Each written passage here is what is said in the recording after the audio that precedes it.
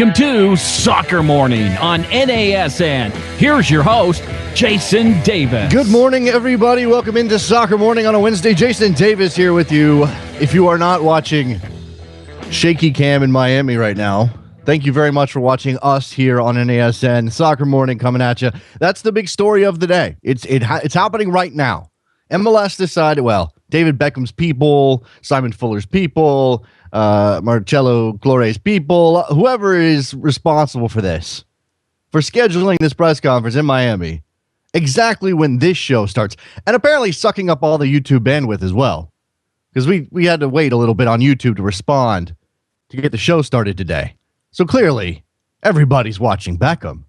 Well, 2,800 people according to the YouTube stream. That's not that many.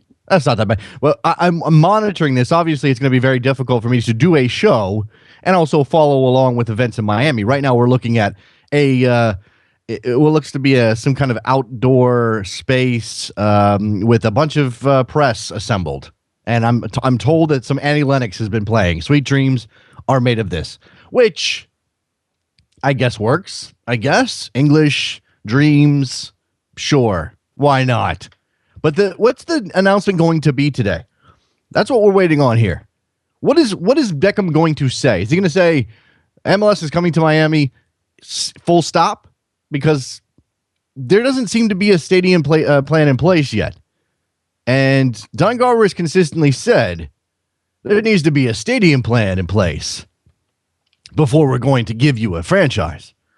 But Garber's there. He's going to make an appearance as well. It looks like, for all the world, like this is a done deal. And MLS is coming back to Miami. I mean, look, as I've said several times on this show, there's no way MLS is going to say no to David Beckham. He's just got to be able to get all of the ducks in a row.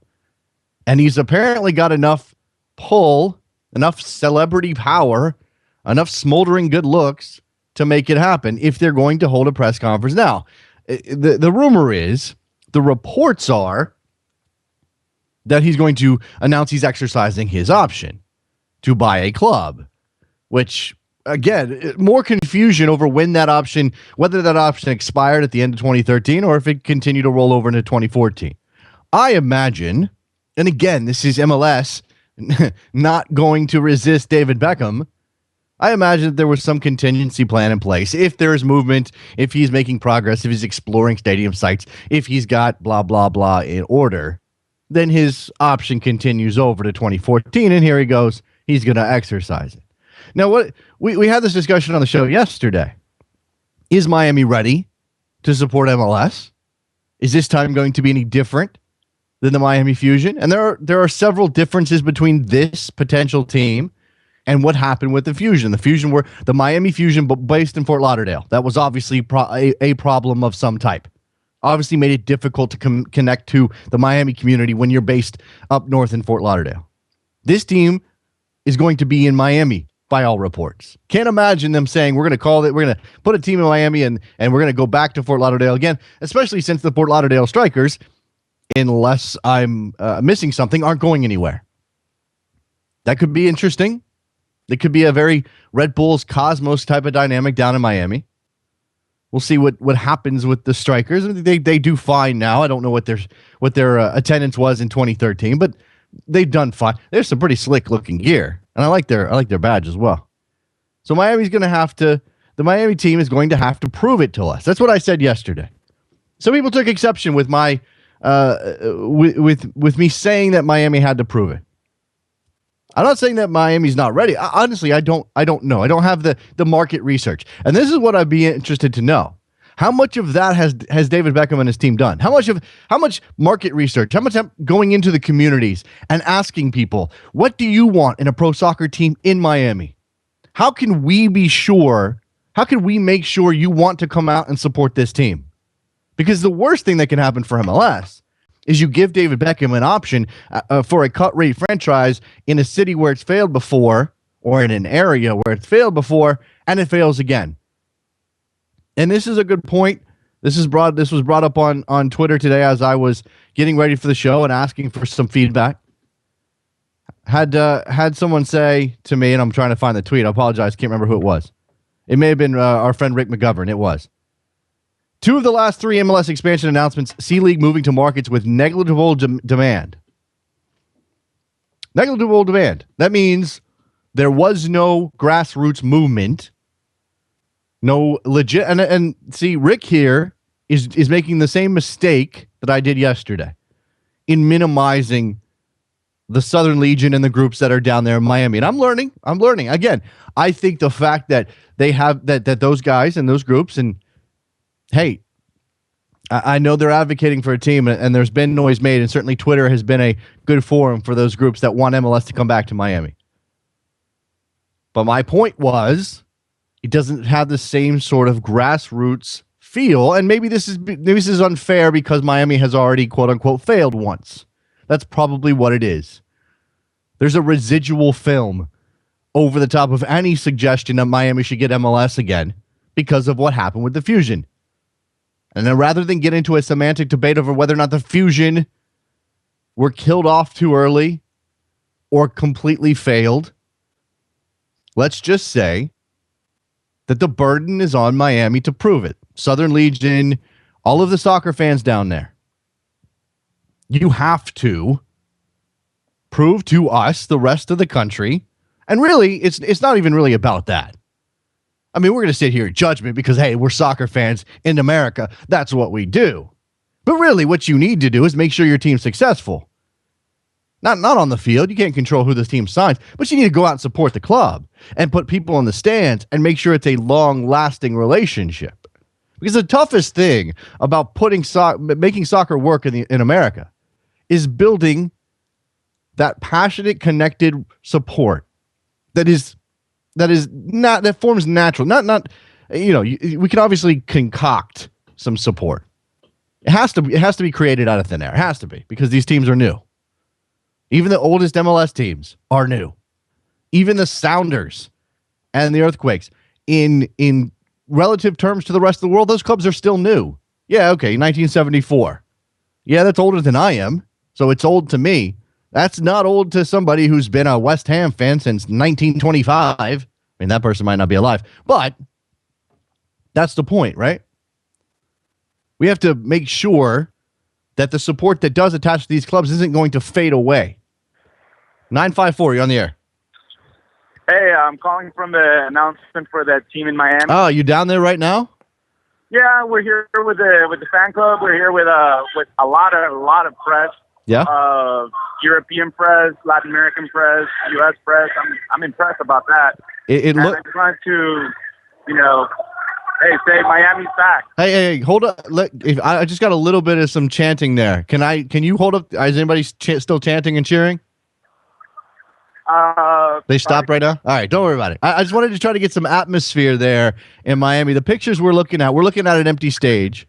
I don't know where you are in relation to this. Yeah, they stage. haven't come out yet. It's just a bunch of press waiting for Garber and Beckham to come out. Just the fans. We're here having a good time. We're gonna have a later on tonight, sponsored by Budweiser. Oh, nice. On my drive down here, because I live a good ways away. There was a lot of signage, Beckham's all over the place in the city right now. Okay, give me a sense. It's a big deal right now in Miami. Let me ask you this, okay? I mean, being a South Florida guy, tell me, how much of this is Beckham fascination and how much of this is really about wanting MLS soccer back in town? 50-50. 50-50. That's fair. Yeah. Each half helps the other. Okay, that's fair enough. Does this Beckham fascination doesn't hurt? Right. I don't think any city in the country would deny that. Right. Wouldn't want Beckham to show up, but the fervor for soccer and MLS in particular down here is real. Okay. It's just that it's a big place, it's a big city, and to have somebody kind of spearhead it was needed. The rep for Miami is that Miami is a town that likes soccer, but only likes world-class soccer, wants Ronaldo to come to town, and we'll watch, La Liga and the Premier League, well, La Liga more specifically. Is that fair? Is it fair to say Miami only cares about the best European soccer and maybe won't care about MLS? Yeah, it's fair, but it's fair to a certain extent. I mean, I've heard it in your show and in other places where, men's national team games get huge ratings on here.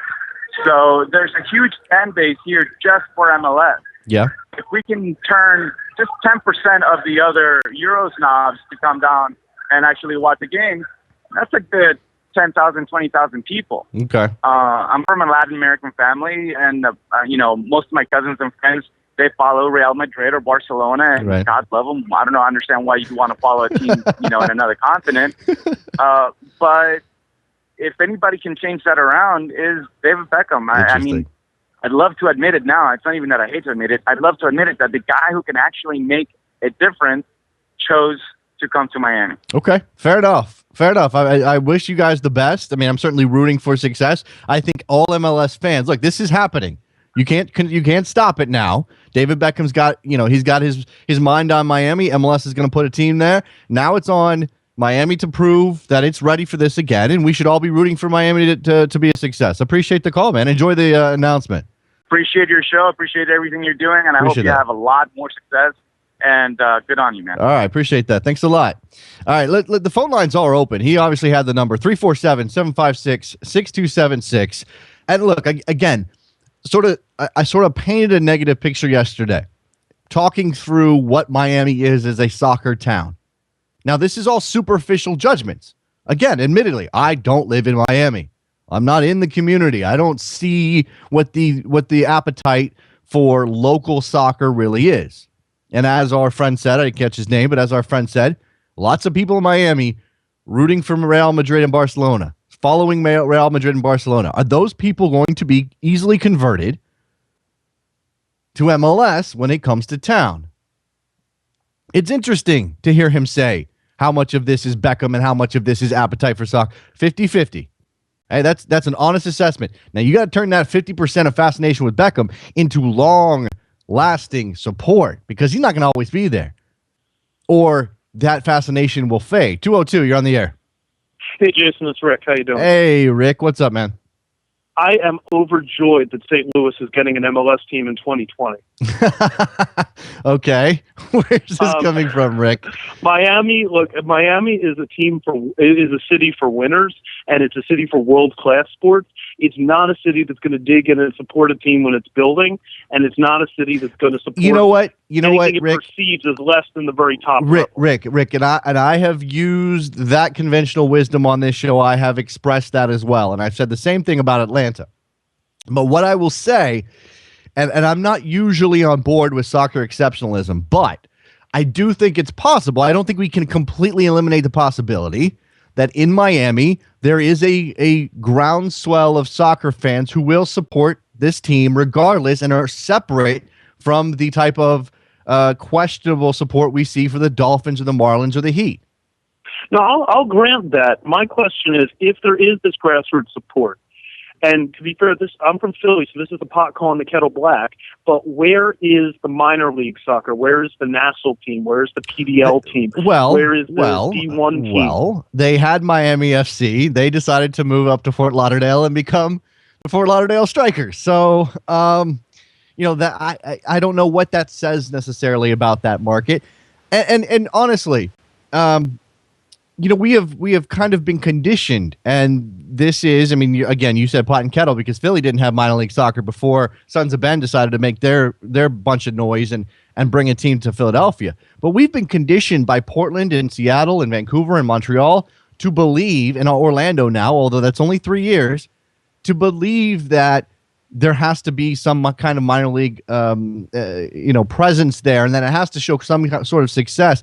And while that is undoubtedly a foundation on which to build, it doesn't necessarily mean that there isn't a place for high level soccer. I mean, part of the thing that we know about Americans is that you put major league stuff in front of them, and yeah, okay, maybe MLS's place in the sports culture is questioned. But if you put major league stuff in front of them, they might go out. You put minor league stuff in front of them, and they have no interest, even if it's only a little bit. Even if the difference in quality is only slight. This is something that we have to. These phenomenons are stuff we have to recognize as we appreciate this. David Beckham coming out on stage. Rick, are you excited? Yes, I'm excited because you know me, I'm big on hair.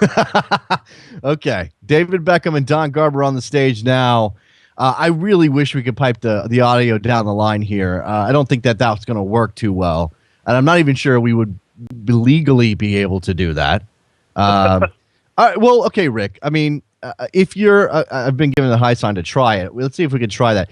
Rick, your opinion as I load this up here, is MLS making a mistake in Miami and New York? Because you're the one who tweeted 2 out of the 3 have shown negligible support for a new franchise. Are you convinced they're both mistakes? I'm a big supporter of the idea that you build based on a desire in the community. And I think MLS is trying to paper over with money these huge gaps that exist between their perception of a situation or their desire and the reality. In New York's case, they're trying to do it with money. In Miami's case, they're trying to do it with personality. And maybe it'll work. I mean, this is Garber's big try. Maybe it'll work, and maybe it will, maybe there'll be massive successes. But if they're not prepared to match it with a commitment 5 years, 10 years, if they're not willing to accept massive losses in some cases, I'm not sure it's going to work. And I would love to be proven wrong. Yeah, you know what? Rick, I think that MLS is of two minds here, and they have been for a couple of years now. And I think they see what they did, what managed to happen in Portland and in Seattle, and believe that they've created enough of a base to skip some steps now. And really, this is not a group of people in charge of this league, and the ownership groups that are now in charge of these teams are not the type of people who want to sit around and watch this league build organically the entire time. I mean, they may allow for some of that. They may want to take advantage of some of those opportunities, but they also want to skip some steps. Don Garber says one of the best leagues in the world by 2022 or whatever, then they need to skip some steps. And that if that means putting a team in Miami, an internationally recognized city,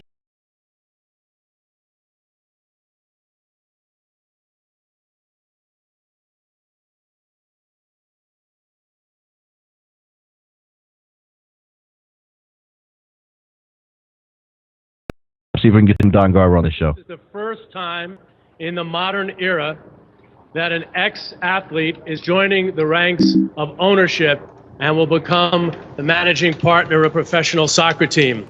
Today is the culmination of a journey that began 7 years ago when David announced that he would join Major League Soccer and play for the Galaxy.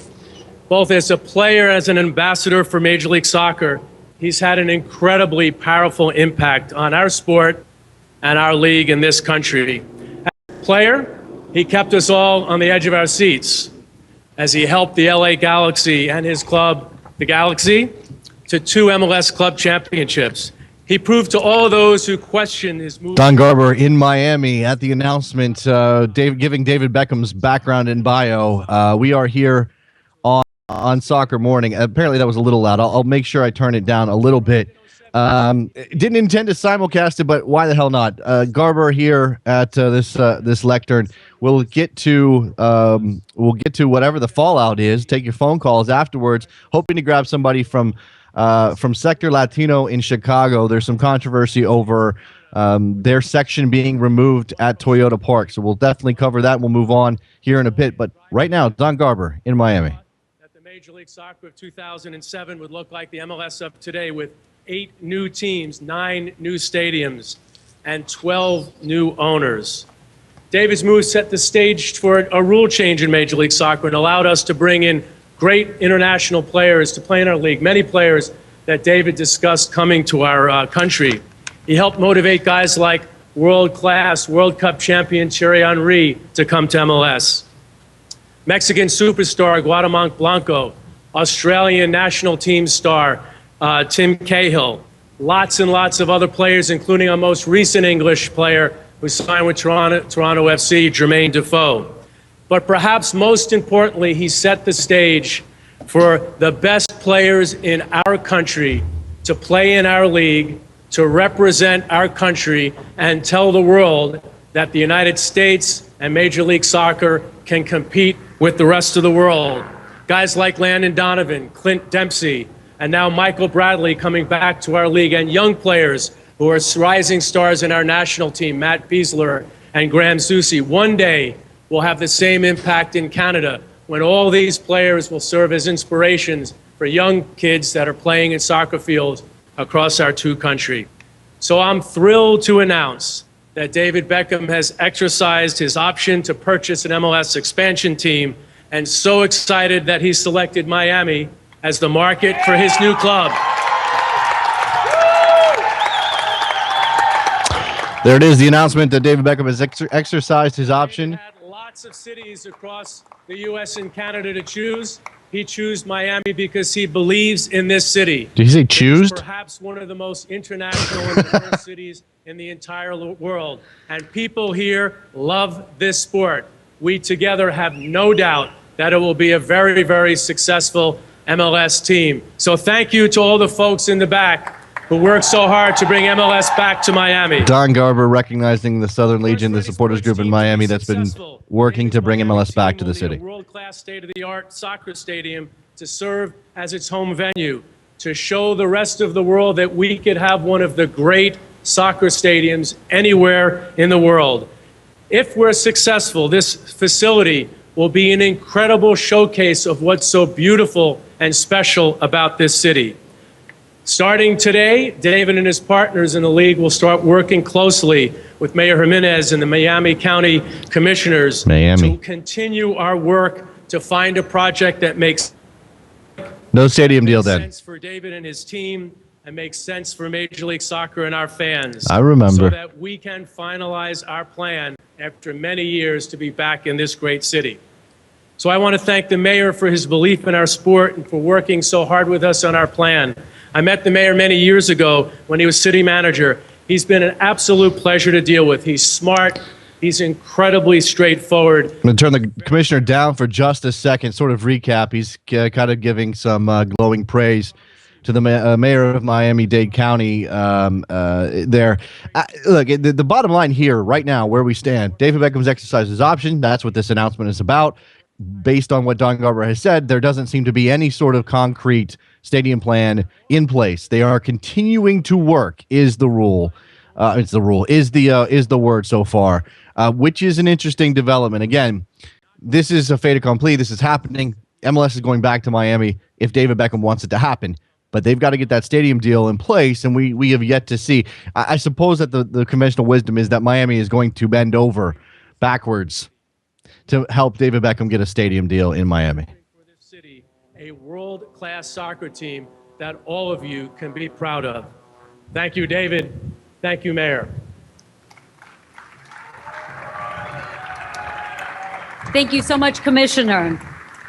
Carlos Jimenez has made public service his lifelong commitment. All right. So the introduction of Carlos Jimenez, the mayor of Miami-Dade County there. I'm assuming he's going to be next to the lectern. We have yet to hear directly from David Beckham. Again, this is an interesting development. I find it fascinating. The league is putting on this display. I imagine that the press conference serves a PR purpose in the city of Miami, and it obviously serves a purpose in helping push forward any stadium talks that are happening. But for the league to sort of trumpet this is fascinating, because Don Garber has consistently said we need stadium deals in place before we're going to go. Now, there's an exception in New York, and now we have an exception in Miami, and it's up to you to decide whether you buy that $100 million in Man City's involvement is okay in New York to forget about a stadium deal being ready, or whether or not David Beckham being involved in Miami is enough to sort of paper over that issue as well. From every area of the globe, soccer is the undisputed international sport. In fact, an amazing 3 billion viewers tuned in to watch the 2010 World Cup Finals in South Africa. This broke the previous record of 2.7 billion that watched the 2006 World Cup in Germany. What many people don't realize is that soccer is also one of the top sports in the United States, with over 24 million participants. Here in Miami-Dade County, an international global gateway community, we're the perfect home for soccer. Just last August, we hosted a match between Real Madrid and Chelsea with over 67,000 people in attendance. When Brazil played Honduras this past November, we had over 71. All right, most of this is filler and sort of extolling the virtues of Miami as a football, soccer market, and we'll get back to this if David Beckham steps up to the stage. Not that I expect him to say anything of real substance. It is interesting. Again, just to throw in some other comments here, Jeff Carlisle on Twitter must have misunderstood Garber these past months. Beckham didn't need a stadium plan. He needed a plan for a stadium plan. So there you go. That seems to be the response out there. Again, I think that there is something to be said for creating an immediate rival for Orlando City within the state of Florida. There's something to be said about Miami and its diverse community, and whether or not that's a soccer community is a little bit up for debate, but there's clearly some interest in there in the city. And as the mayor is talking about, Miami watches soccer in large numbers. I mentioned that yesterday. But at the same time, we have to reserve that doubt. And we have to reserve that doubt because not only because of the fusion and the history there, and whatever you want to say about their location and how much that matters, it still hangs over Miami, but also because the general sports appetite in Miami has seemed to be lacking until LeBron James showed up to join Dwayne Wade, and maybe before that when the Heat won a title. But before the Heat got really good and became one of the best teams in the NBA, their support was flagging. You obviously know about the Dolphins and their issues, and then the Miami Marlins. They used to be the Florida Marlins. The Miami Marlins built a stadium that gets nobody out there. So there are a lot of very legitimate questions about Miami as a soccer market. Again, just waiting on David Beckham here. The mayor of Miami is up at the lectern now. Let's see what he's got. Oh, and he steps aside. See who's next here. Thank you, Mr. Mayor. Before we open this up to questions from the press, I have a few questions of my own. First of all, to David. This is a major day for Miami and for Major League Soccer. Why did you choose Miami? I mean, why not? Okay. Obviously, all joking aside, for me, I wanted to create a team that we can start from scratch. I know there was a team here 10 years ago, and unfortunately they folded. But I think going forward, I wanted to create a team that can be very personal. Everything that I've done throughout my career has been very personal to me. The decisions that I've made are all very personal. And like this one, it's a big decision, but it's a very personal one. I want to make it my own team. I have great partners. I have a partner with Simon Fuller that has been a very good friend. He actually introduced me to my wife, so I have many things to thank him for. I have another partner in Marcelo, who, when I first came to Miami... Not a lot of substance here. When I first came to Miami, him... I'll leave that there. We'll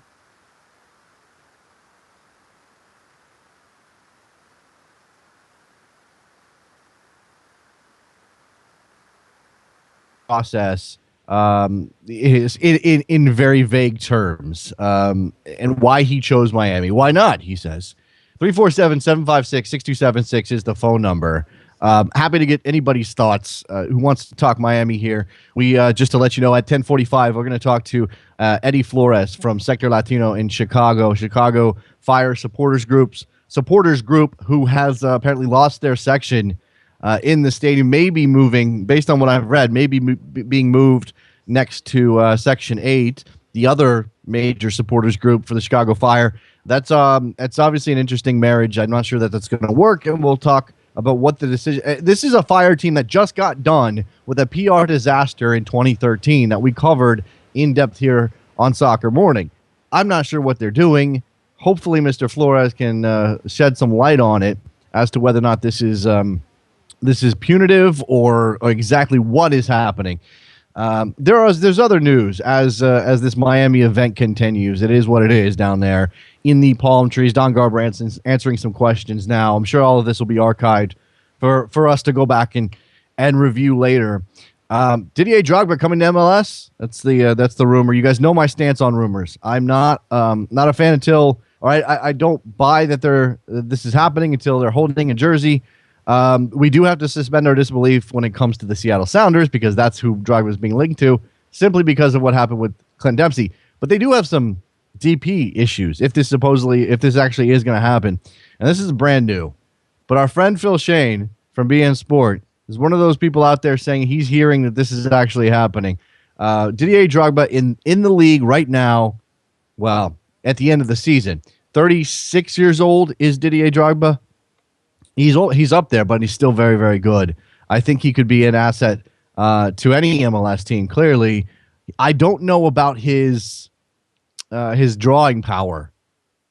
He's not David Beckham, clearly, and he is a name, and he will draw some people. But that's not why you signed Didier Drogba. You signed Didier Drogba so he can score you some goals. Let's go ahead again. 347-756-6276 is the phone number. I do want to get the now that this is official. Yesterday we were talking about it in a very speculative way. Didn't know exactly what this announcement was. Now we know. The announcement is David Beckham is going to exercise his option to place an MLS team. He's going to put it in Miami. We don't have a stadium deal in place yet. They're going to work with the city. They're going to continue on the process, blah, blah, blah. Tell me how you feel about this from an MLS perspective. And this has got me thinking again, and this is one of those things American soccer fans love to do. We've been doing it since MLS started. Predict the future of the league for me. Imagine a future of MLS. Imagine a future of American soccer. Where are we in 20 years? Can Don Garber's goal actually be met? Again, we've had this discussion on this show as well. Setting a high bar is not a problem, even if you don't actually believe you can get there. The idea is to give yourself a goal that you're trying to reach. Everything MLS is doing between now and 2022 is about making this league more relevant in an international sense. That means going to Miami, despite the fact that there's some questions, because it's a internationally renowned city with a community that you imagine, if you do it right, will come out and support soccer. You've got David Beckham, our friend down there at the Southern Legion, calling from the event. 50% fascination with David Beckham. City. Can you combine those numbers and make for a successful MLS franchise? Atlanta is next. Everything that I've been told says that that's happening very soon. I don't know when exactly, but it could be very soon. And then after that, what happens with MLS at number 24? And does MLS stop at 24 for very long? 954, you're on the air. Hey, how you doing? Hey, what's up? What's up? Hey, I'm from South Florida. Mm-hmm.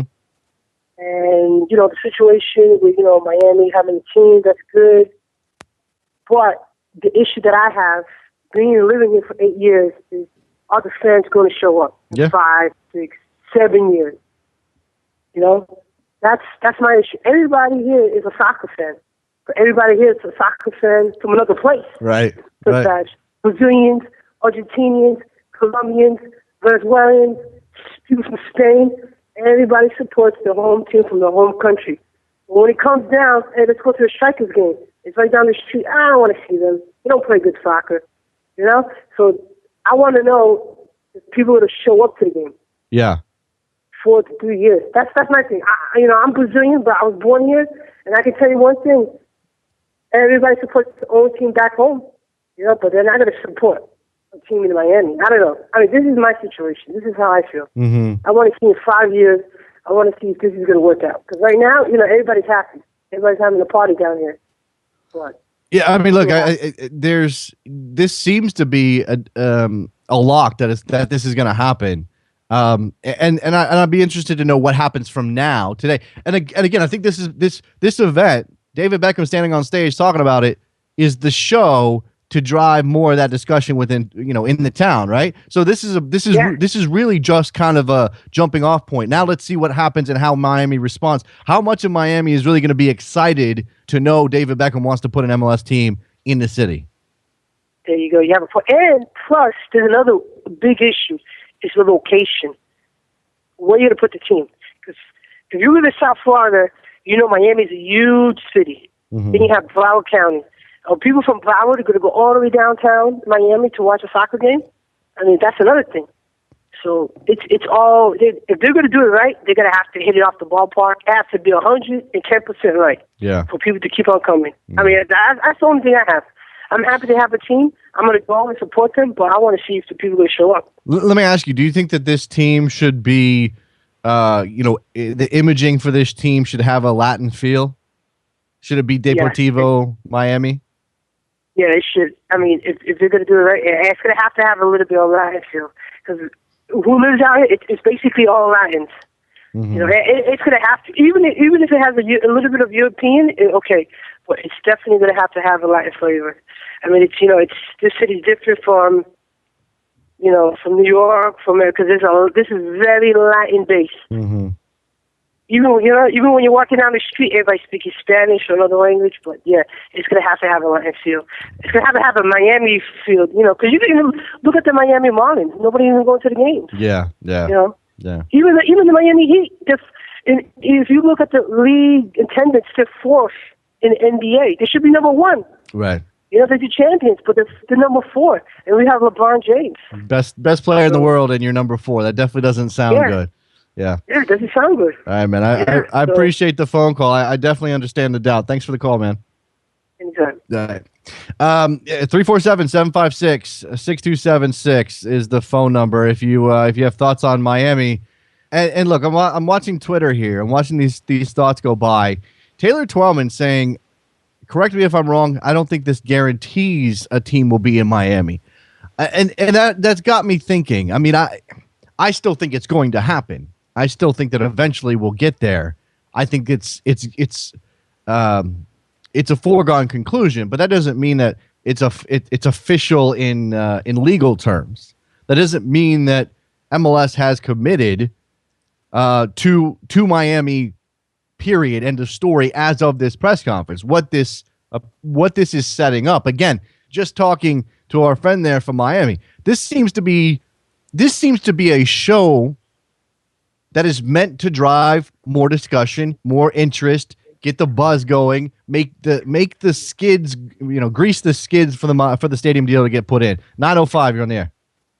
Oh, hey, Jason. Hey, Producer Events, what's up?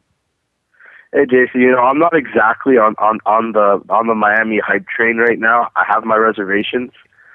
I mean, like, this and NYCFC is clearly, MLS taking the money and running, because the way I feel is they're basically sticking the middle finger up to any other potential market who was told, hey, you need a stadium plan in place for us to even consider you. Okay. And, yeah. No, again, it doesn't look good for Garber and MLS to be hypocritical on that front. And again, let's if I'm painting this accurately, and I don't know that I am, this may not be MLS saying we're definitely coming. This is provisional. This is David's exercises option. If the stadium deal gets done, Miami's going to get a team, which kind of changes the tenor of it a little bit. New York is definitely on that front, a hypocritical move. And there is obviously the money is a major part of that. But let's not forget, and you can certainly hate this fact, but let's not forget that MLS is not beholden to some populist notion of where the grassroots is strong. Just because that's been the trend doesn't mean MLS is going to make decisions based on, well, St. Louis really has some great soccer history, let's give them a team. You know what I'm saying? Well, of course, that's right. There has to be money that comes into wherever it is they want to put a team in. But at the same time, too, like, how do you feel like expansion will affect the scheduling? Because already we're starting to get into winter a bit, and if there's, let's say, eventually like 30 teams, then there's we can't go like the NHL or the NFL. We don't have indoor stadiums, and playing outside in the cold isn't exactly appealing. No, this is absolutely true. Just to kind of recap here, I've turned the feed down. David Beckham talking again. Apparently in response to a question about public funding for the stadium, David Beckham has said, we don't want any public funding. We're going to build it ourselves. Now, that's easy to say right now without an actual deal in place, but there's going to have to be some sort of public involvement when it comes to the land that's going to be used for the stadium, for the infrastructure to make it accessible. All of those things are tied to public funding, even if the stadium itself is built by a private concern. Got anything else, Vince? Just, I just want people to understand that, it's not all, puppies and rainbows. No, I don't think so. I don't think anybody thinks this arise is. From this. I don't think anybody thinks this is puppies and rainbows. There are some serious questions. All right, let's take a break. When we come back, we're going to shift gears and talk to Eddie Flores from Sector Latino in Chicago. What's going on with the supporters group for the Chicago Fire? Don't go anywhere. Soccer Morning, North American Soccer Network, NASN.TV.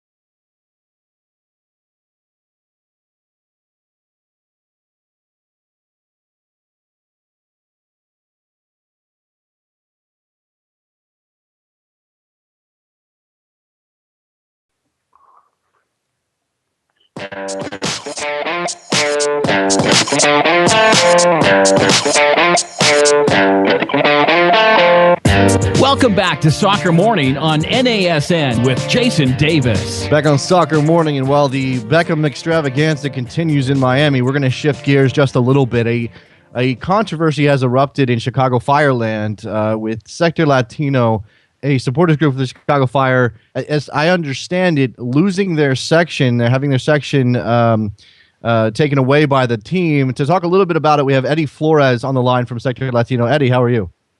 Hey, I'm doing okay. How are you guys doing? So I'm good. So explain to me exactly what happened. Have the Fire told Sector Latino that they're not going to be able to occupy their section that they've been in for years at this point? Yeah. Well, last night we had a meeting with them, and we had a meeting with them a week ago, and they had said that they were gonna talk it over to see if we could save the section.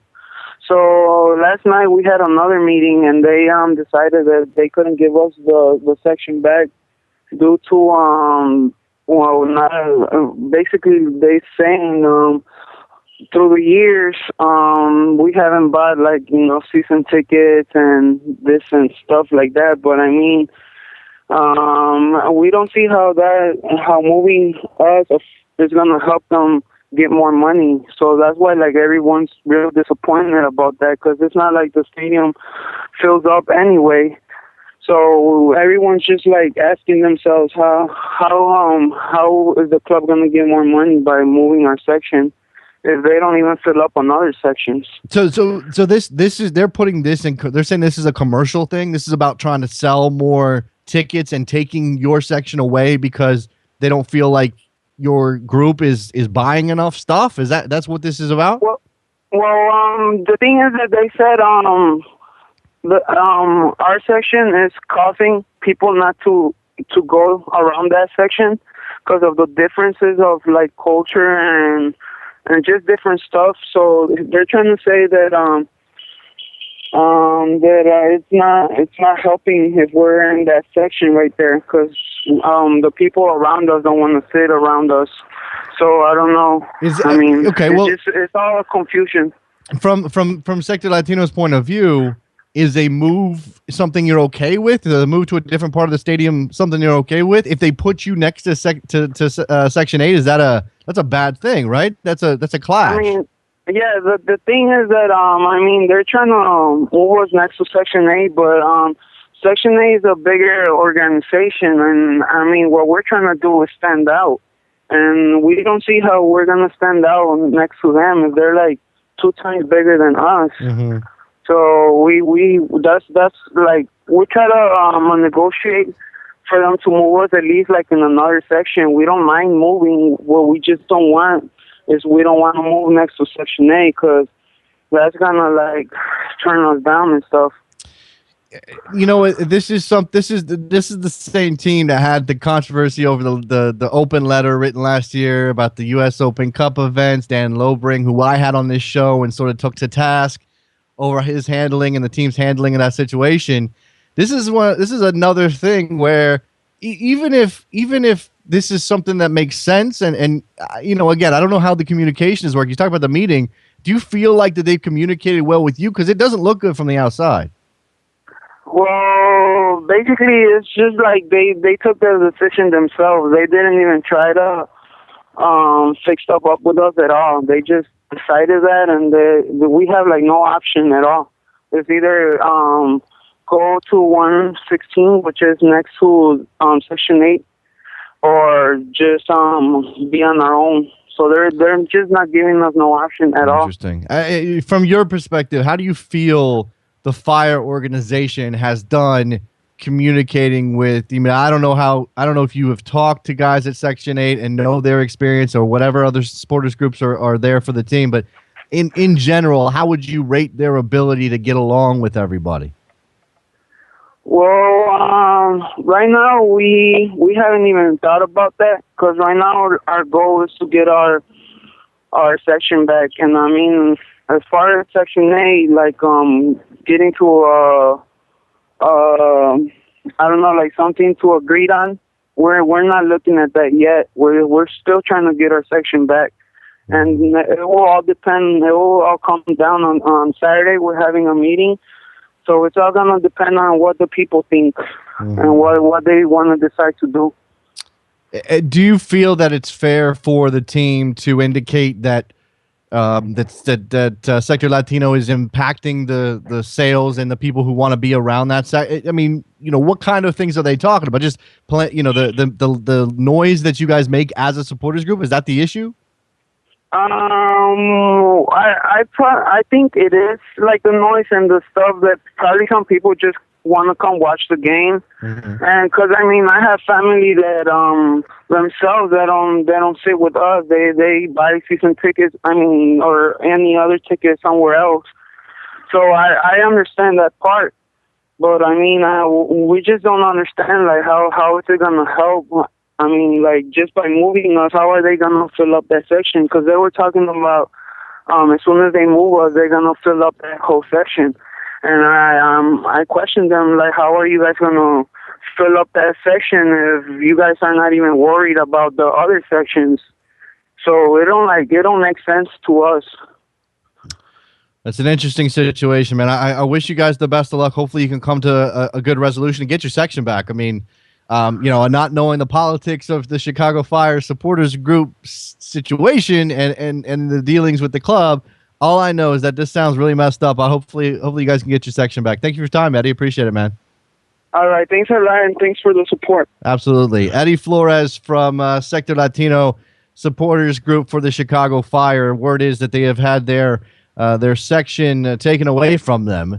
Again, without all of the details, I don't want to call out the Chicago Fire, but we do know what happened last year. We know that they've had some issues dealing with their fans in the past.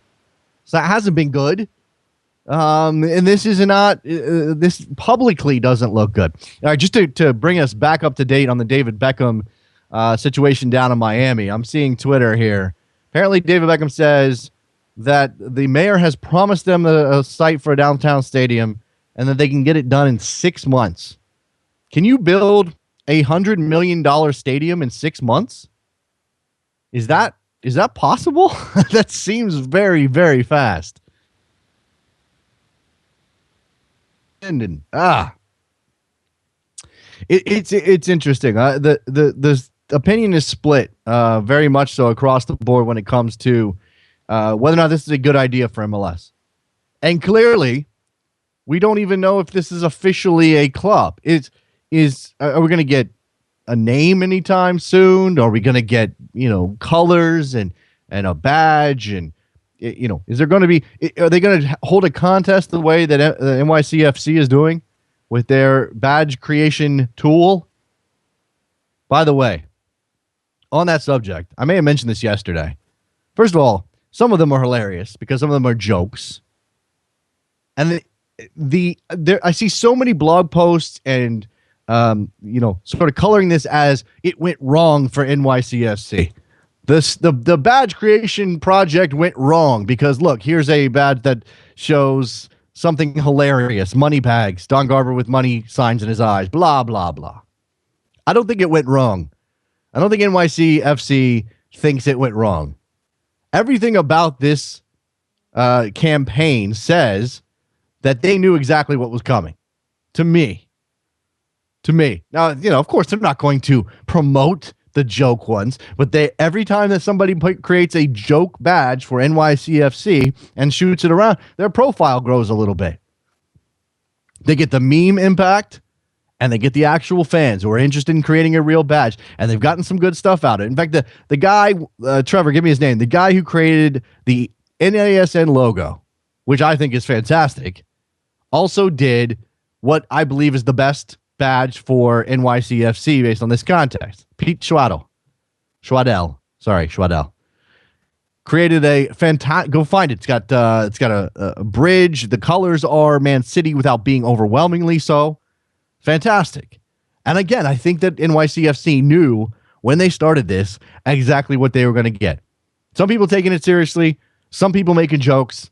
Hey, that's fine for us. Every little bit helps as they try to build buzz. They need to get themselves going here, create that image, build that. They've got what? About a year? A year. The MLS season starts in a month. They have 13 months to build their brand ahead of their first game. Don't know where they're going to play it. That hasn't been confirmed. Yankee Stadium, okay, fine, but nobody knows for sure. Don't have a badge. Still working on that. NYCFC, my NYCFC on Twitter and on their website. Don't know what their branding is like. Everything is tied to that Man City name. That's not really a way to sell that in New York City. Got to get going. I still don't understand the delay on that front. If this my NYCFC thing had happened 6 months ago, okay. That's different. Now you're moving towards something in a reasonable amount of time. Man, I don't get the delays here. David Beckham taking questions down there in Miami. They seem to be softballs. Let's check in here. I got a couple minutes.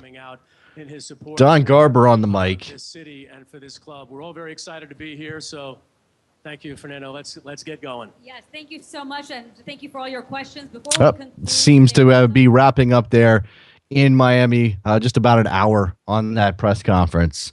David Beckham, he looks good. We all know that. He wants to put a team in Miami. He got some work to do. As I said, despite the fact that he claims, and I'm sure this is true, LaCroix's got a lot of money, that they're going to pay for the stadium privately. There still needs to be an agreement. They still need to work things out with the city of Miami if they're going to put this in downtown Miami. They still have to figure out a land deal. They still have to figure out the infrastructure of it. They still have to get approval, essentially, to put this big structure in downtown Miami that we assume is going to hold 20,000, 22,000. What do you build in Miami? What's your top end in Miami? If you put a 22,000 seat stadium in Miami, you're going to get 22,000 when it opens. Hey, look, it's a brand new thing. It's like opening a club. David Beckham opening Miami Football Club United. Here, hey, it's a brand new red carpet. Everybody shows up looking good. What's going to happen the year after that? The year after that? The year after that? That's what everybody's asking here today. All right, let's take a break. When we come back, we're going to talk Fulham. Crashing out of the FA Cup yesterday to Sheffield United, our friend Russ Goldman will talk what's going wrong with Fulham. Are they destined to go down? Don't go anywhere. Soccer Morning, North American Soccer Network, NASN.TV.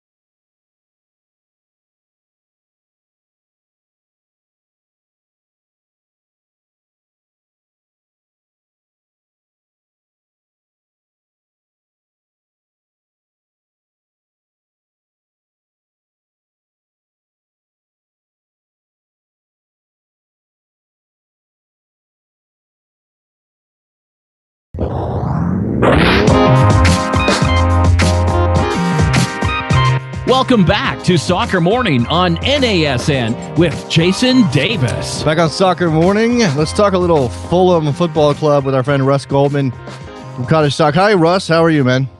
Jason, how are you doing? I'm good. I imagine things are a little rough in Fulham land for the fans at the moment. They're extremely rough. We'll go through that in a second. I just wanted to mention this to you because I thought you'd find this kind of funny because it is about David Beckham today. A little connection to Fulham. David Beckham's son, Brooklyn, plays for the under-15s. Thought I would there throw you that go. In there. I was not aware that that's where Brooklyn Beckham was. I mean, I know he's been attached to or he's been in a couple of different club situations, whether it's trials or whatever. But okay, so he's landed at Fulham. Good for Brooklyn Beckham. From a senior squad perspective, Russ, crashing out of the FA Cup to Sheffield United in a replay is kind of it kind of embodies a whole season, doesn't it? Yeah, listen, last night, I was trying to figure out a word that described what I watched last night, and the only word I could come up with is embarrassing. Fans came up with, I guess you could say, many more colorful words, but I came up with embarrassing. To lose to a League One side that's at the bottom of League One, and you're at the bottom of the Premier League at home in extra time, the last minute of extra time was just simply embarrassing, and it does show exactly what's going on at Fulham. It's dysfunctional right now.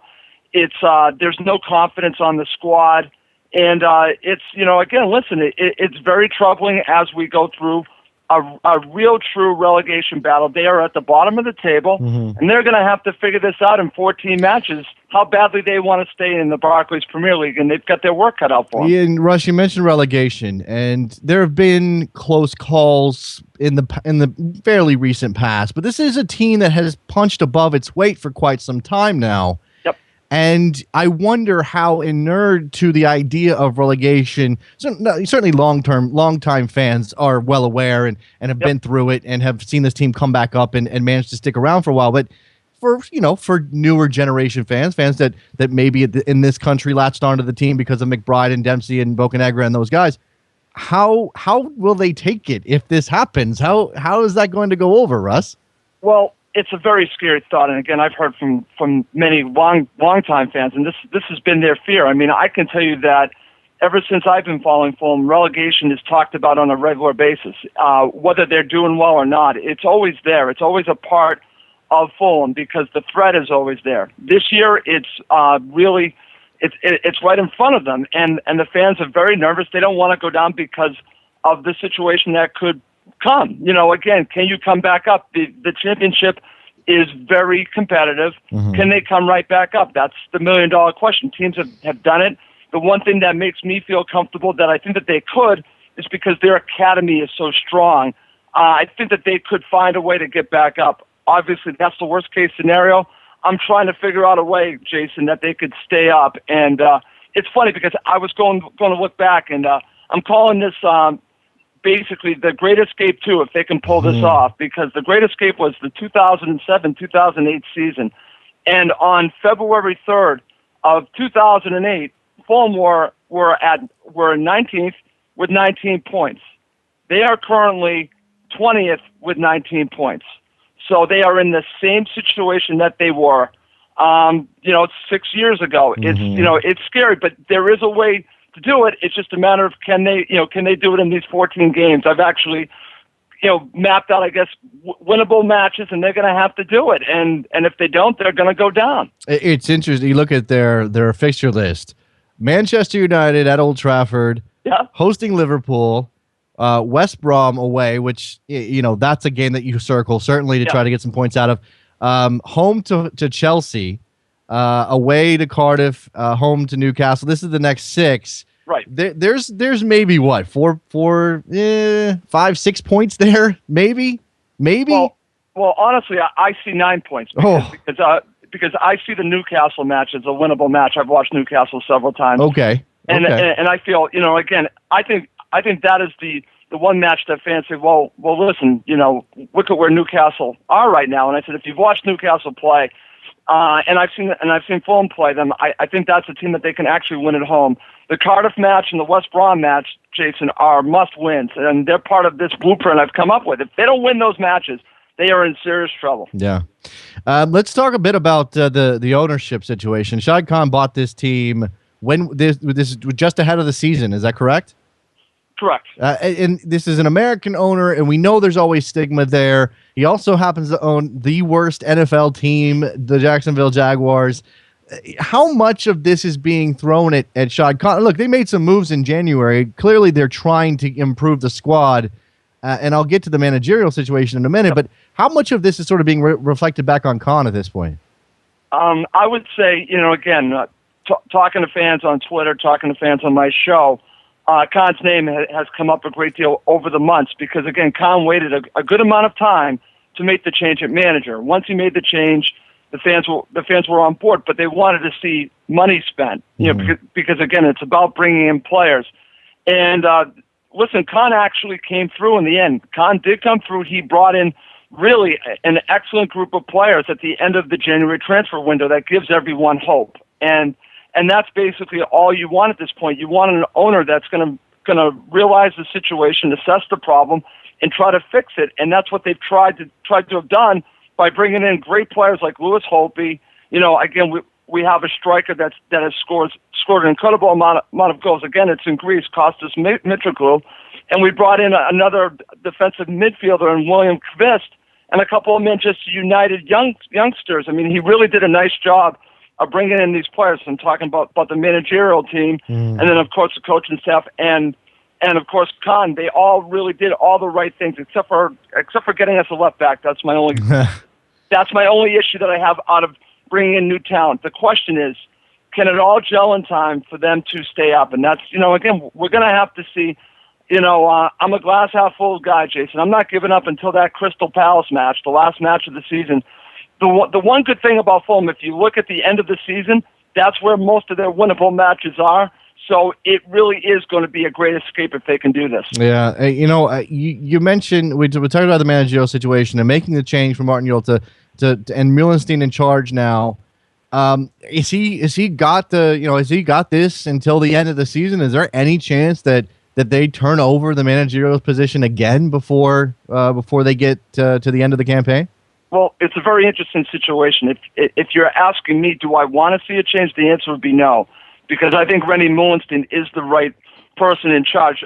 His title actually isn't manager; it's head coach. Right. And I don't know exactly why they decided to only give him that title, but he is the head coach. But there's an interesting situation going on, Jason, at Fulham right now. When Muhlenstein first came in, Fulham automatically started to look much better, and you could say it was just because of that jump of having a new person in charge. But it was more than that. They looked like a much better side. They looked more galvanized together. They were playing a very good system, and even though they weren't getting all the results, they looked like so much better.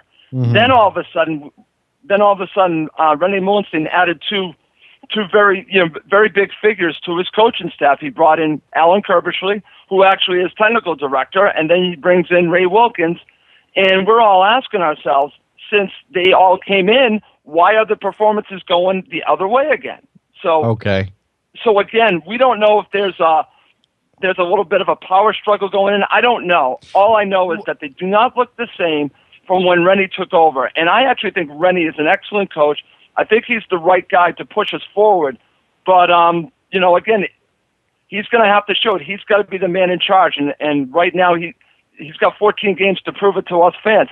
I don't see them making the change, but nothing would shock me watching Barclays Premier League football.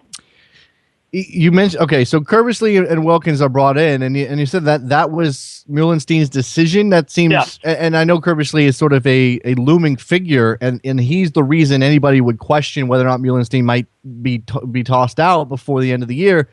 That seems odd to bring in two guys, and certainly Kirbishley more than Wilkins, who could conceivably take your job. Right. Why would he do that? I don't understand. Listen, the one thing that I will say, I believe that Fulham were in talks. We're in talks with Kirbishley prior for months, and this might have been something that was in the works before Muhlenstein came in. Muhlenstein came in to help out Martin Yule, and then he ended up taking Martin Yule's job. So I see why everyone's linking that now maybe Kirbishley is going to take over from Muhlenstein. And nothing against Alan Kirbishley. I'm glad that he's with the club. But I think if you really want to go through with this, I think Rennie Muhlenstein has really good upside because of his technical skills. He's a coach, Jason. The question is, can he be a manager? And that's the one thing that we're struggling with, because his in-game adjustments, many of them I have not agreed with. I've not agreed with many of his substitutions. I think he's learning on the job, and I think we're seeing that as well. It's again, can it all come together at the end of the year is the $1 million question, and we're all hopeful that it will. But last night was a punch in the gut. That's all I'll tell you. And, this is, again, just to reiterate, Fulham has sort of punched above their weight for a lot of seasons since they came up and have stayed up in the Premier League. And now you got a big, an American owner with money who seems willing to spend on some level. There's plans to redo the stand there at Craven Cottage, the River Stand, if I'm not mistaken. I'm not sure what it's called. Riverside Stand.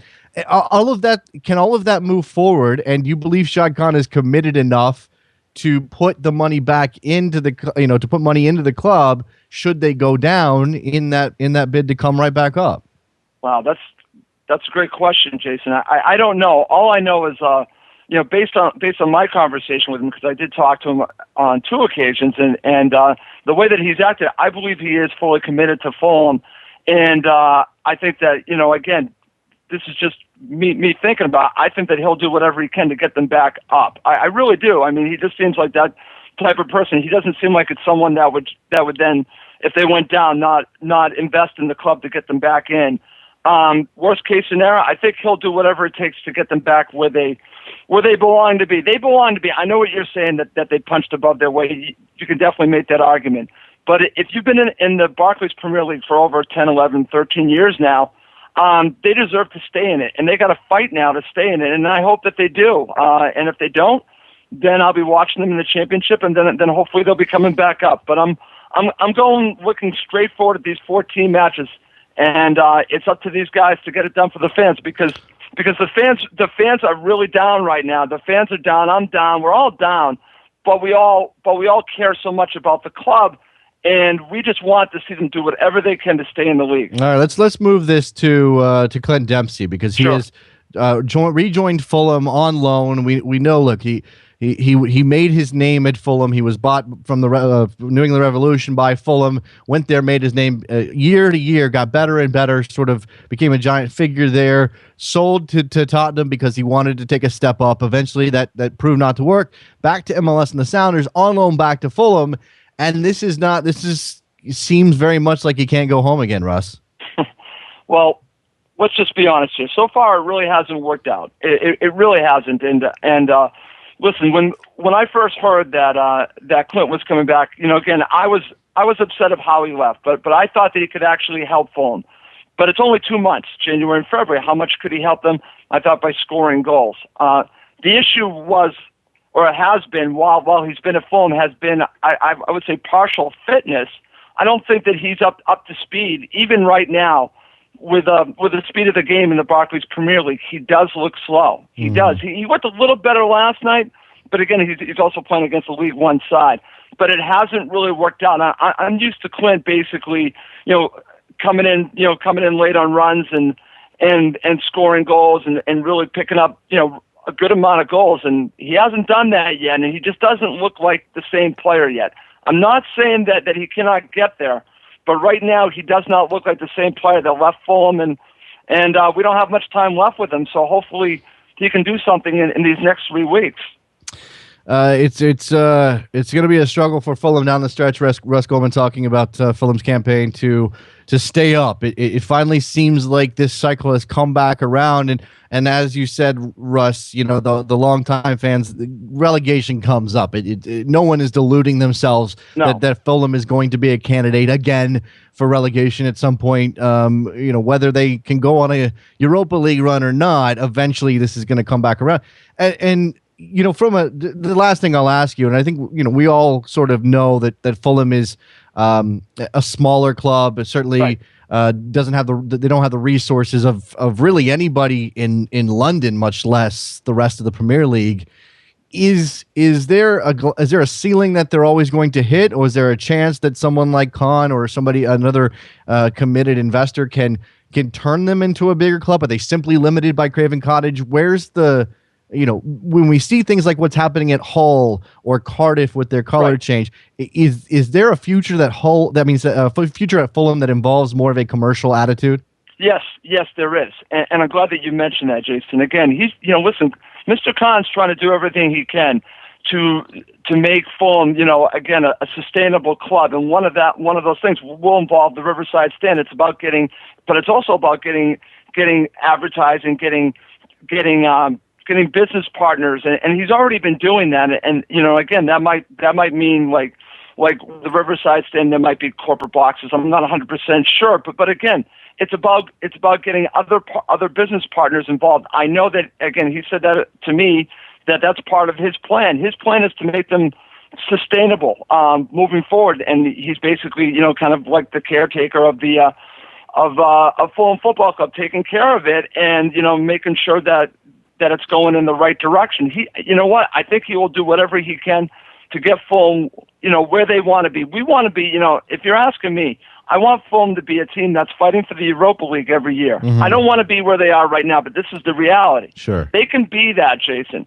And honestly, I think that's what he wants. He wants them to be a top 10 club, but we're not there yet. We've taken a step back. And the one thing that I do want to mention before I go, Jason, because again, everyone's looking at where Fulham are right now. I want to mention this. Sunderland and Crystal Palace just a few weeks ago looked like they were doomed to be relegated. No one's talking about that now. Fulham are only 6 points away from 11th. That's how close 11 to 20 is. It's very close. Yes. So even though it does look bleak, Jason, I will tell you that there are about 9 teams that are facing relegation right now. Yeah, no, absolutely. It is something to remember, that while there is not only a very tight race at the top, Arsenal, Man City, Chelsea all separated by 2 points, Liverpool 7 points back there, or 6 points back there. It's also very tight from, as you said, from 11 to 20. Stoke's on 25, Fulham's on 19. There's 10 teams there. That's a lot of candidates to drop. You go on a bad run at the wrong time, and suddenly you're in that zone. And conversely, if you're Fulham, you scrape together a couple of good results, and suddenly you're not down there. We'll see what happens at the end of the season. Russ Goldman. Russ, tell people where they can find your stuff. Sure, absolutely. You can follow me on Twitter, Russ_Goldman. Also, the Cottage Talk Twitter account, you can follow that as well. That's all one word. And you can also listen to my show, Cottage Talk, on blogtalkradio.com. Please feel free to listen to it. Well, there you go. Thank you very much for your time, Russ. Appreciate it, man. Thanks, Jason. All right, have a good one. You too. Let's move along here. I'm trying to get my head around exactly what the fallout in Miami is. It doesn't seem to be much to this beyond what we've already talked about. He's exercising his option, which apparently requires the presence of Commissioner Don Garber. Again, this seems to be a production. This is a show. This is, hey, Miami, we're serious about this. Get excited, which is always obviously going to help them build some buzz ahead of whatever happens. And if they've been, quote unquote, promised, as David Beckham says, a site in downtown Miami to build a stadium, if he says they can get it done in 6 months, then when those things come together, I imagine we'll start to see a name trickle out. We'll start to see a little bit more a concrete notion that this is a team that actually exists. This is where we are. We don't know if we don't know if MLS has decided that this Miami team exists. I mean, they don't seem to have been formed yet. This was just the announcement that there's an intention to form this team on the part of David Beckham for whatever his option is, whatever his cut rate price is, his discount, because he negotiated that into his MLS contract when he joined the league or whenever he signed his last contract. All right, a review of some things that happened yesterday. Zlatan Ibrahimovic is amazing. Did you see his goal? If you did not, please go check that out. I don't even know how you describe it. It wasn't a volley. Well, I guess it was a volley, but it was like a 40-yard volley, kind of. It was a terrible clearance by the Nantes goalkeeper. That's all I know. That set the stage for Zlatan to do what Zlatan did, defying the laws of physics, as he seems to so regularly. There is only... Well, I would be excited to see Didier Drogba in this league as long as he's not completely broken down in MLS. I mean, the guy that I would go nuts over more than anybody is Zlatan Ibrahimovic. I think he would be... I don't know that he would completely give his all. I don't know that it would be a success in the end, but just to see that guy playing on American fields against American competition would be something else. Be amazing. Santa Fe knocked out Morelia in the Copa Libertadores last night, the preliminary round, second leg down in Colombia. Morelia went to Colombia with a 2-1 aggregate lead. All Santa Fe needed was one home goal and to keep a clean sheet, and that's exactly what they did against Morelia, knocking them out. So that's one Mexican team out of the tournament. I'll have to take a look and see. There are several Mexican teams already in the group stages. I can't remember exactly who they are, but we'll take a look at that as the group stages of the Copa Lib get going in the near future. Thumbs up, thumbs down on the events in Miami. How do you look? Be cynical. I think that's completely fine. Be 100% cynical about what they just did, because there didn't seem to be much substance to it. When asked, David Beckham, why Miami? David Beckham's response was, why not? Okay. Then there was several, and look, I know he's not the greatest public speaker, and I know that's not really his gig, but most of what he said was the usual platitudes. First of all, he said, I want to build a team from scratch. I know there was a team here 10 years ago. I want to build a team from scratch. He said, I want to build this team with the academy being important and bringing players. Everybody says this. Nobody gets up on stage when they are announcing a new team and says, we want to buy all our players. We just want to spend some cash. We're gonna spend some cash. We're gonna buy some players and put together a decent team. People will come out. That's how we're gonna do this. That's not how soccer people think or talk. And everybody has great intentions. And I think David Beckham has good intentions here. I think clearly David Beckham wants this to work. I think Miami has a lot of appeal, not just to David Beckham, but to David Beckham's brand. And again, if they get this stadium deal done, which they've got nothing right now, they get a stadium deal done and they build the stadium and they put the team in and they open up that building. It's the first home game for Miami United Beckham FC. They put out the red carpet, guys pulling up in limos and stretch Hummers. That'll be great. That'll be a show. That'll be a display. Be a nice little boost of profile for MLS because David Beckham's team is debuting. Everything that happens after that is concerning to people. And not just to those of us sitting outside of Miami looking down with a skeptical eye, but people in Miami who know soccer fans and wonder, are they really going to show up? Really? You guys gonna go to the MLS game? The MLS game. You gonna go see the Earthquakes today? Columbus is coming to town. You guys excited? Not a bad team, but come on. Fantastic event in Miami, I guess. I don't know. Producer Trevor, no timeline, no stadium, no name, no branding. So essentially, it was a non-event. It was a non-event. Nothing happened. A bunch of people got up and said that they intend to do something. Ladies and gentlemen of the press, Jason Davis here from Soccer Morning. I'd like to announce my intention to end up on satellite radio in the near future. I mean, it doesn't mean anything. I can make pronouncements. Ladies and gentlemen, this is Jason Davis from Soccer Morning. I'd like to announce that I have exercised my option to turn this into the biggest soccer show in the history of the planet. Okay. I'd like to announce my intention to build a studio, dedicated studio, with state-of-the-art equipment for Soccer Morning, which will take us into the future. I don't have any financing lined up. I don't have an idea of where it's going to be. I have none of that, but I am announcing my intention to do it. Please take note. How's my hair? I'm not wearing the suit, though. No suits here. Pat Houlihan on Twitter. Miami already has had a chance in MLS. St. Louis or Minneapolis deserve teams over that city. Look, Pat, I'm not going to argue that in a perfect world where MLS franchises are handed out based on merit rather than on potential exposure, that Minneapolis or St. Louis should be ahead of Miami. But that's not how this league works. And I'm not sure that's how the league should work. I'm not saying that Miami is the best place. But I also don't believe that MLS should be operating from a position of, well, who deserves this the most? Who's worked the hardest, guys?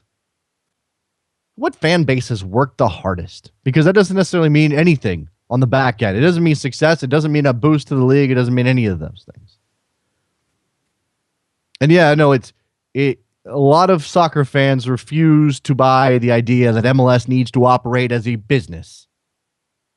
It's fine. It's your prerogative. You want to have a romantic notion of what soccer should be? You know, I wish it was that way. I really do. I wish it was. I wish we had 150 years of history to build upon here. And I wish that if you started a team, that meant people would show up because soccer was so important to Americans. It's not the case. You're going to pick your spots. Again, I'm not saying Miami is the right spot. I'm not saying Atlanta is going to be the right spot. But that does. I do believe that the reasons for choosing a place, choosing a city, can't just be built upon the idea, some romantic notion of, well, that's a soccer town. St. Louis is a soccer town, guys. Okay, does St. Louis add anything to MLS?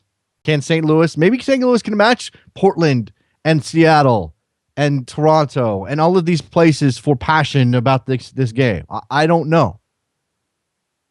There hasn't been any outward sign of it. Unfortunately for St. Louis, their last team died a fiery death. And they're only now getting back around to putting a professional team on the field, and it will be in USL Pro next year. So for the time being, we have to say, and even then, that doesn't prove anything. If 5,000 people show up to USL Pro, that might prove something, week in and week out in St. Louis. But even if they only get 1,500 or 2,000 or whatever, even if the attendance isn't great in St. Louis, that doesn't necessarily mean St. Louis isn't an MLS candidate. Big numbers don't necessarily mean they are. Bad numbers don't necessarily mean they aren't. So many issues involved in picking these cities, and I don't have the answer. I'm not going to sit here and tell you I know exactly where MLS should go right now. That Miami is the right place to be. That St. Louis needs a team. That Minneapolis needs a team. San Antonio needs a team. I don't know. I think all of this is a crapshoot at this point. And if we pretend like we know exactly what's going to be a success and what's not going to be a success, we're deluding ourselves. All right, that's going to do it for us. Let's send you to iTunes. Ratings and reviews help us out a lot. You can get us on Stitcher and TuneIn and iHeartRadio and the NASN app on your Android phone. Send us some email. I'm jason@nasn.tv if you have some issue with anything I said today or you want to send me some praise. I'm happy to take it. Producer Trevor, what am I missing? @SoccerMorning on Twitter. No, that's it. I appreciate the calls from Miami. Thank you to Eddie Flores from Sector Latino and Russ Goldman from Cottage Talk to talk a little Fulham. Yeah. Am I actually going to say that on the air? You want me to say that on the air? Producer Trevor. Yeah. Send your emails to SiriusXM and ask them why we're not on the air there. I'm just kidding. Maybe. No, I'm not kidding. I don't know. Thanks a lot for listening. We'll see you guys on Thursday. Bye.